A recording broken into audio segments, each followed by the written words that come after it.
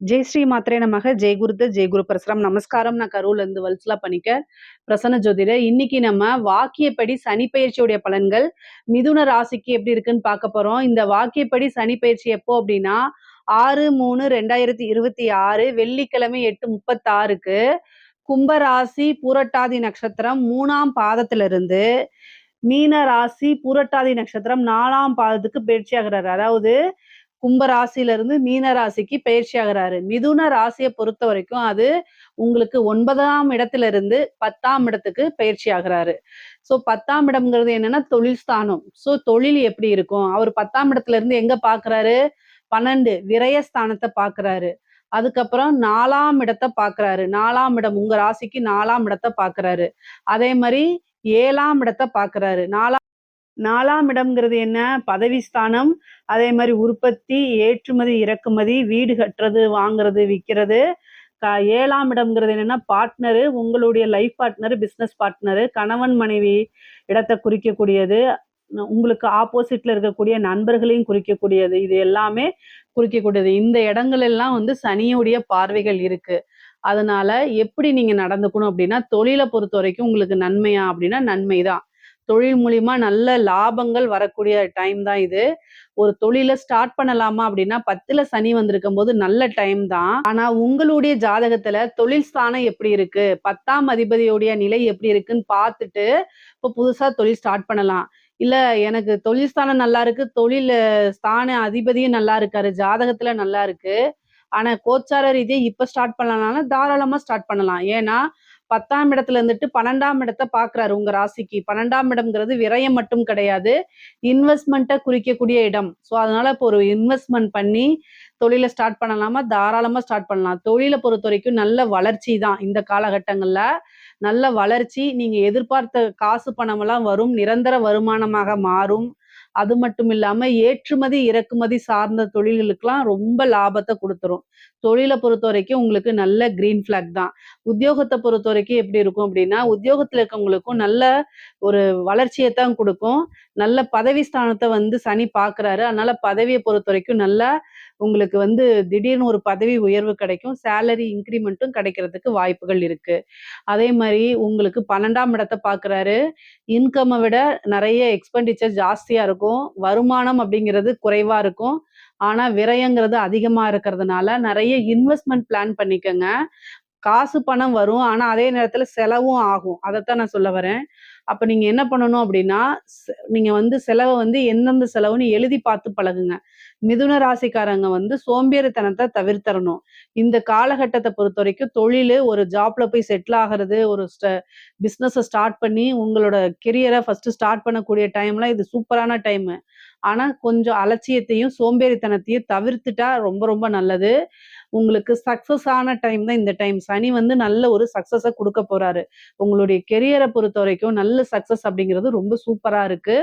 Develop அப்படிங்கிறது உறுதி செய்யப்பட்டதா இருக்கு. ஆனா இந்த டைம்ல விளையாட்டுத்தனத்தையும் அலட்சியத்தையும் தவிர்த்துட்டு, மத்தவங்களை குறை சொல்றதையும் தவிர்த்துட்டு, என்ன செஞ்சு நம்ம முன்னேறலாம் அப்படிங்கிறத மட்டும் பார்க்கணும். முக்கியமா மிருகசீரிஷ நட்சத்திரமும் திருவாதிரை நட்சத்திரமும் கவனமாக இருக்கணும். எதுக்கு அப்படின்னா, உங்களுடைய ஃபோக்கஸ் எதுல இருக்கணும்னா, உங்களுடைய கெரியர் குரோத்ல மட்டும் தான் இருக்கணும். அதை எப்படி டெவலப் பண்ணி நம்ம முன்னேறி வரலாம், எப்படி செட்டில் ஆகலாம் அப்படிங்கிறதுல மட்டும் ஃபோக்கஸ் பண்ணுங்க. அப்ப கட்டாயம் நீங்க ஜெயிச்சிருவீங்க. அத தாண்டிட்டு வேற பக்கம் போனீங்க அப்படின்னா, நெறைய இது அதாவது நெறைய நம்மளுடைய எண்ணங்கள் சிதறுகள் ஆகும். அப்ப அத நீங்க நெனச்ச விஷயங்கள சாதிக்க முடியாம போயிரும். அதனால கவனமாக இருங்க. இந்த டைம்ல 4ஆம் இடத்த பார்க்கறதுனால, வீடு கட்டுறது, வாகனம் வாங்குறது இது மாரி.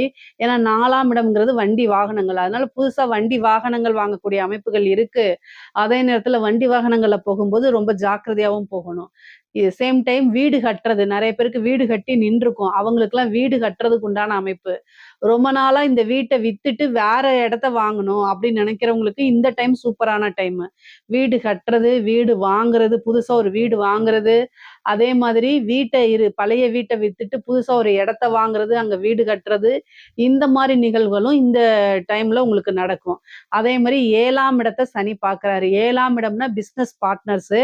அதே நேரத்துல லைஃப் பார்ட்னர். பிசினஸ் பார்ட்னர்ஸை பொறுத்த வரைக்கும் உங்களுக்கு மனக்கசப்புகள் பிரியறதுக்கு உண்டானது. அவங்களுடைய என் ஷேர குடு நான் வெளில போறேன்னு நிப்பாங்க. அவங்கள எப்படியாவது கன்வின்ஸ் பண்ணி தக்க வச்சுக்கங்க. அவங்க உங்களுக்கு இம்பார்ட்டன்ட்டா இருக்கும் பட்சத்தில். இல்ல அப்படின்னா, ஐயோ! நான் நல்லா ஆல்ரெடி டெவலப் ஆயிருக்கேன். இந்த என்னோட பிசினஸ் பார்ட்னர்ஸ்னால தான் என் பிசினஸ் பாதிக்குது அப்படின்னு நீங்க நெனச்சீங்கன்னா, ஏன்னா பிசினஸ் பார்ட்னர்ஸ் கூட வந்து பார்த்தீங்கன்னா, இந்த டைம்ல மனக்கசப்பு ஏற்படும். உங்களுக்குள்ள மிஸ் அண்டர்ஸ்டாண்டிங் ஏற்படும். அப்ப நீங்க பிரியறதுக்கு உண்டான வாய்ப்புகள் அதிகமாக இருக்கு. ஸோ உங்களுக்கு புடிக்கல, எனக்கு அவங்க தேவையில்லங்கிற பட்சத்தில், அவங்கள கழட்டி விடுறதுக்கு இது சூப்பரான பெர்ஃபெக்ட்டான டைமு. இல்ல என்னோட முதலீடுக்கு என்னுடைய தொழிலுக்கு வந்து இந்த முதலீடு ரொம்ப முக்கியம். ஸோ நான் வந்து எனக்கு பிசினஸ் பார்ட்னர்ஸ் முக்கியம் அப்டின்னா, அவங்கள எப்படியாவது கன்வின்ஸ் பண்ணி தக்க வச்சுக்கிறது ரொம்ப ரொம்ப நல்லது. ஆனா பிரேக் வரதுக்கு உண்டான அமைப்புகள் அதிகமா இருக்கு. சாத்தியங்கள் அதிகமாக இருக்கு. உங்களுக்கு என்ன வழிபாடு பண்ணலாம் அப்டின்னா, கால பைரவர் வழிபாடு தான் நீங்க பண்ணணும். ஒரு சனிக்கிழமை ராகு காலத்த எடுத்துக்கங்க. ஏன்னா, ராகு காலம்ன்னு நான் ஏன் சொல்றேன் அப்டின்னா, அஷ்டமாதிபதியாவும் இருக்காரு. சனி உங்களுக்கு அஷ்டமாதிபதியாவும் இருக்கனால, சனிக்கிழமை ராகு காலங்கிறது 9 மணிலருந்து 10:30 மணி வரைக்கும் இருக்கு. அந்த டைம்ல கால பைரவருக்கு வழிபாடு பண்ணுங்க. கால பைரவருக்கு எப்படி வேணா நீங்க வழிபாடு பண்ணலாம். அல்லது தேய்பிறை அஷ்டமியிலயும் கால பைரவர் வழிபாடு பண்ணலாம். பிசினஸ் நல்லா குரோத் ஆகணும்னா, சொர்ண ஆகர்ஷ்ண பைரவர் வழிபாடு பண்ணுங்க. மத்தபடி எதிரிகள் தொந்தரவு வரக்கூடாது. கோர்ட்டு கேஸ் பிரச்சனைகள ஜெயிக்கணும். பிசினஸ்ல பெரிய லெவல்ல வரணும் அப்டின்னா, கால பைரவர் வழிபாடு பண்ணுங்க. கால பைரவர் வழிபாடு எவ்வளோக்கு எவ்வளோ நீங்க நல்லா பண்றீங்களோ, அந்த அளவுக்கு சனியுடைய தீமைகள் குறைஞ்சு உங்களுக்கு நன்மைகள் அதிகமாக ஏற்படும். அதே மாரி 7ஆம் இடம்ங்கிறது கலத்திர ஸ்தானம். அதாவது ஆணாக இருந்தால் மனைவி, பெண்ணாக இருந்தால் கணவன குறிக்கக்கூடிய இடமா இருக்கனால, நீங்க பேசக்கூடியது, ஒரு செய்யக்கூடிய செயல் எல்லாமே வந்து அவங்களுக்கு பிடிக்காத பட்சத்தில் மனக்கசப்பை ஏற்படுத்தி, பிளவுகள ஏற்படும். உறவுகள்ல விரிசல்கள ஏற்படுத்திவிடும். சனியுடைய பிரதான வேலையே என்ன தெரியுங்களா? உறவுகள வந்து பிரிச்சு விடுறது. அவங்க மனக்கசப்ப ஏற்படுத்துறது. அப்போ உங்கள பத்தி என்ன செய்வாங்க? வெளியில போய் மத்தவங்க கிட்ட ஷேர் பண்ணுவாங்க. உங்ககிட்ட கிடைக்காத ஒரு விஷயத்த வெளியில தேட ஆரம்பிப்பாங்க. இந்த மாரி நிகழ்வுகள்லாம் இந்த சனி 7ஆம் இடத்த பார்க்கும்போது நடக்கும். அதுக்கெல்லாம் நீங்க இடம் குடுக்காம கணவனா இருந்தாலும் சரி, மனைவியாக இருந்தாலும் சரி, ஒருவரை ஒருவர் அனுசரிச்சு ஆதரவுகள் தேவை. இந்த காலகட்டங்கள்ல ஒருத்தர் அதாவது புடிச்சிருக்கு, பிடிக்கலங்கிறத தாண்டி, இவங்க நம்மளுடைய பொறுப்புங்கிறத உணர்ந்து செயல்படணும். இவங்க நம்மளை நம்பி வந்திருக்காங்க. ஒரு ஆணா இருந்தாலும் சரி, பெண்ணா இருந்தாலும் சரி. இப்ப ஒரு நீங்க மனைவியா இருக்கும் பட்சத்தில், கணவனுக்கு நம்மள தவிர வேற யாரும் இல்லைன்னு நீங்க நெனைக்கணும்.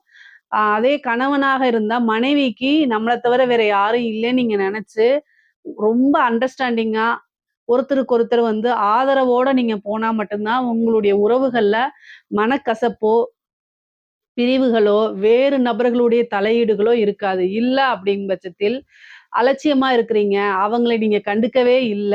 உங்களுடைய வேலைப்பளு இந்த மாரி நான் வந்து நெறைய பேர் வந்து சொல்றாங்க. நான் ஒர்க்குன்னு போயிர்றேன். அதனால என்னுடைய வீட்ல அவங்கள நான் கண்டுக்க முடியல அப்படின்னா, உங்ககிட்ட கிடைக்காத ஒரு விஷயம் வெளியில தேடத்தான் செய்வாங்க. இது வந்து இந்த காலகட்டத்தில நெறைய பேருக்கு இது நடக்குது. ஆனாலும் புரிய வைக்கணும். அவங்களுக்காக நீங்க கொஞ்சம் ஸ்பெண்ட் பண்ணணும். நீங்க வந்து யாருக்காக சம்பாரிக்கிறீங்க? யாருக்காக கஷ்டப்படுறீங்கன்னு உணர்ந்து செயல்படுங்க. 24 மணி நேரத்துல ஒரு 1 மணி நேரம், 2 மணி நேரம் கூட ஒதுக்க முடியாதுங்களா? இதுக்காக ஒதுக்கி கஷ்டப்பட்டு தான் ஆகணும். உங்களுக்கு ஒரு உறவு கிடைக்கணும்னா, காசு பணம் சம்பாரிக்கிறதே எவ்வளோ பெரிய விஷயம். காசு பணத்த குடுத்து கூட ஒரு நல்ல உண்மையான உறவ வாங்க முடியாது. ஆனா அந்த காசு பணத்துக்கு மேலானது உறவு. ஸோ அவங்களுக்காக நீங்க ஸ்பெண்ட் பண்ணி தான் ஆகணும். ரொம்ப அட்ஜஸ்டபிள், அண்டர்ஸ்டாண்டா போனா மட்டும் தான் நீங்க ஒரு உங்களுக்குள்ள வந்து ஒரு பிரிவினைகள்லாம் வராம தவிர்க்கப்படுங்க. அதே மாரி உங்களுக்கு வந்து 10ஆம் இடத்துல வந்து சனி இருக்கனால ஒரு கர்மஸ்தானம், கருமம் செய்யக்கூடிய அமைப்புகளும் இருக்கு. 10ஆம் இடம்ங்கிறது கர்மஸ்தானம். ஸோ, அதனால உங்களுடைய உறவினர்களோ, அதாவது உங்களுடைய குடும்பத்தில இருக்கக்கூடிய நபர்களுக்கு மருத்துவ கண்டம் அல்லது வந்து ஒரு மூதாதையர்கள் இறந்து அவங்களுக்கு கருமம் செய்யக்கூடிய அமைப்புகள்லாம் வரும். நீங்க கவனமாக இருந்துக்கணும். பொதுவா வழிபாடுகள பண்ணிக்கங்க. உங்களுக்கு பொருளாதார ரீதியாவும் சரி, மத்த ரீதியாவும் சரி நல்ல வாய்ப்புகள் இருக்கு. வருமானம்லாம் நல்லா பெருக்கி குடுக்கக்கூடிய அமைப்புகள் தான் இந்த சனி பெயர்ச்சியில உங்களுக்கு இருக்கு. இதுல ஏதாவது சந்தேகங்கள் இருக்கு அப்படின்னா கமெண்ட்ஸ்ல கேளுங்க. கட்டாயம் நான் ஆன்சர் பண்றேன். நம்மளுடைய சேனல லைக் பண்ணுங்க, ஷேர் பண்ணுங்க, சப்ஸ்கிரைப் பண்ணுங்க. நன்றி, வணக்கம்.